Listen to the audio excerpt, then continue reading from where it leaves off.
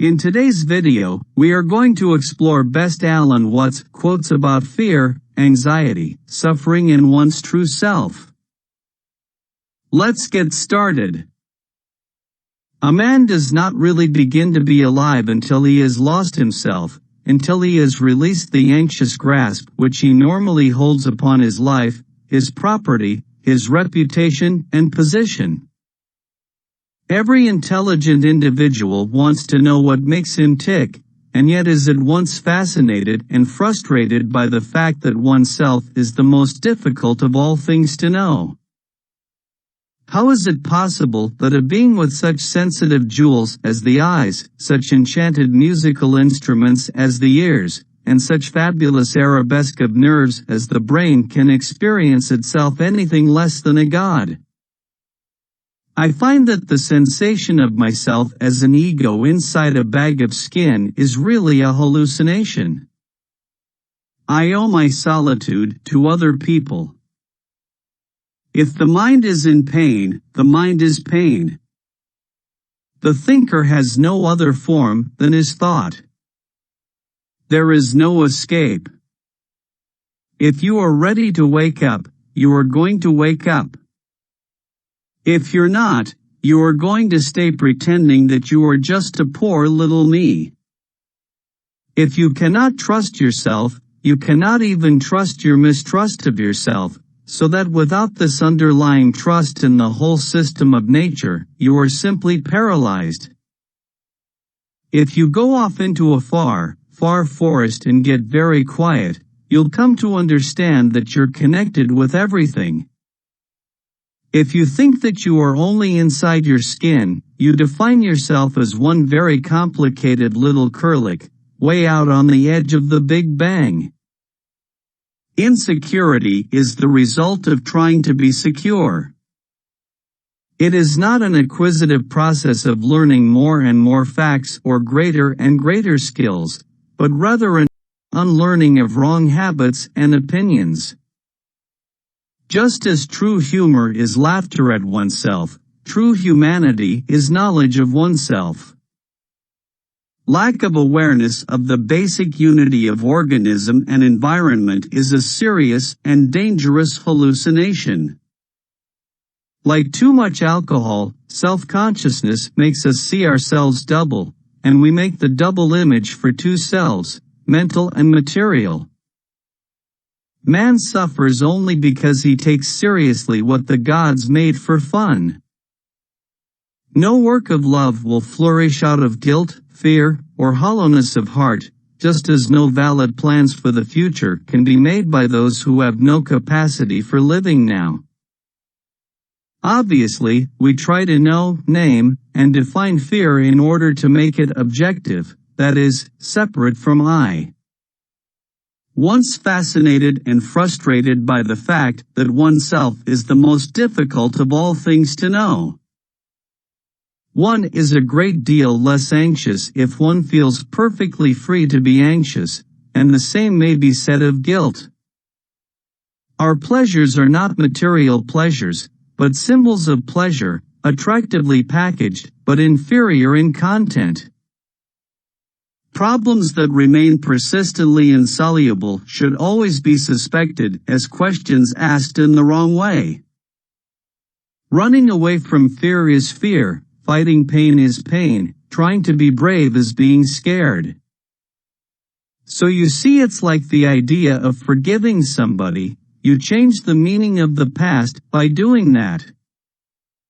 Take a deep breath and tell us your deepest, darkest secret, so we can wipe our brow and know that we're not alone. The art of living is neither careless drifting on the one hand nor fearful clinging to the past on the other. The complete realization that loving yourself is impossible without loving everything defined as other than yourself. The dread of death is also learned from their anxieties about sickness and from their attitudes to funerals and corpses. The greater part of our lives, and if we are unduly absorbed in improving them, we may forget altogether to live them. The menu is not the meal. The more we struggle for life, as pleasure, the more we are actually killing what we love. The only way to make sense out of change is to plunge into it, move with it, and join the dance. The past trails behind the present like the wake of a ship and eventually disappears. There will always be suffering. But we must not suffer over the suffering. To put it still more plainly, the desire for security and the feeling of insecurity are the same thing. To hold your breath is to lose your breath. To remain stable is to refrain from trying to separate yourself from a pain because you know that you cannot. To try to control fear or depression or boredom by calling them names is to resort to superstition of trust in curses and invocations. Tomorrow and plans for tomorrow can have no significance at all unless you are in full contact with the reality of the present. Total situations are, therefore, patterns in time as much as patterns in space. Try to imagine what it will be like to go to sleep and never wake up. Now try to imagine what it was like to wake up having never gone to sleep. Trying to define yourself is like trying to bite your own teeth. Waking up to whom you require letting go of whom you imagine yourself to be.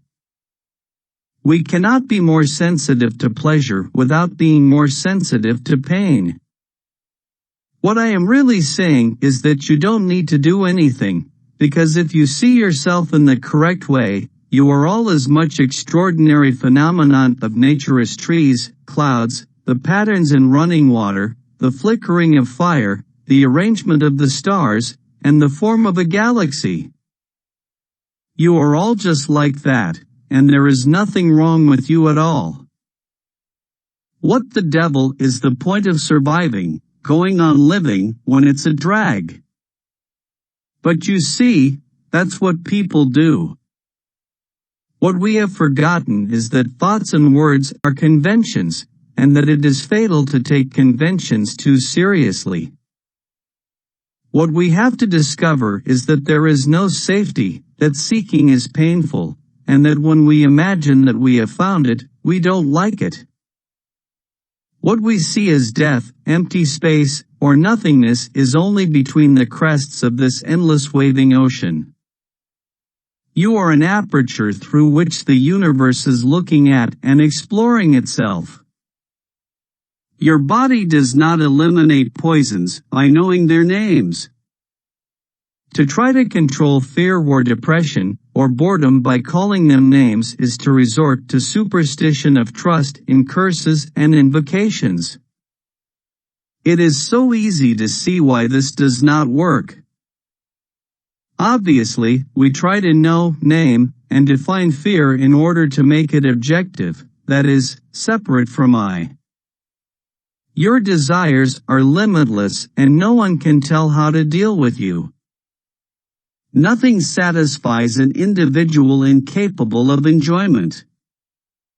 Your entire education has deprived you of this capacity because it was preparing you for the future, instead of showing you how to be alive now. Please let us know your favorite quotes from these best Alan Watts quotes about fear, anxiety, suffering in one's true self in the comments section. Thank you for watching.